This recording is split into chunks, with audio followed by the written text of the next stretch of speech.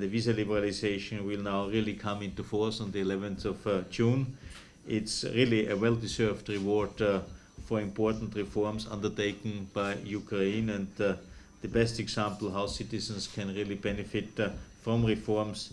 The message is very clear: reforms pay off.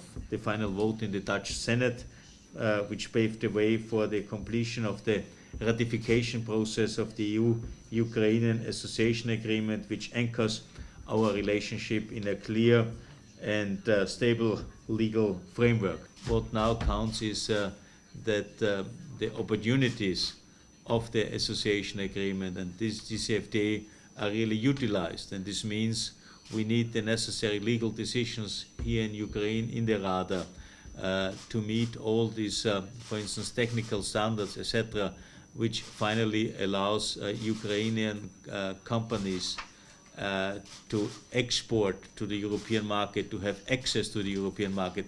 And in particular, when it comes to technical standards, European technical standards are very often global technical standards. So if you meet the requirements, the European requirements, you have automatically access to a wider market. I would like to reassure that the European Union will further continue supporting Ukraine's territorial integrity and sovereignty, not to have any doubts about it.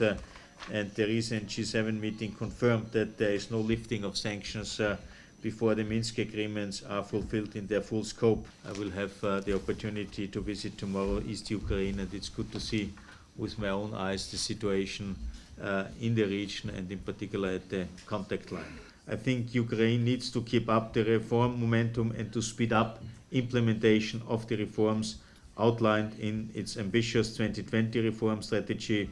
This concerns in particular priorities as the health reform, the pension reform, responsible privatization, and also, may I say, land reform.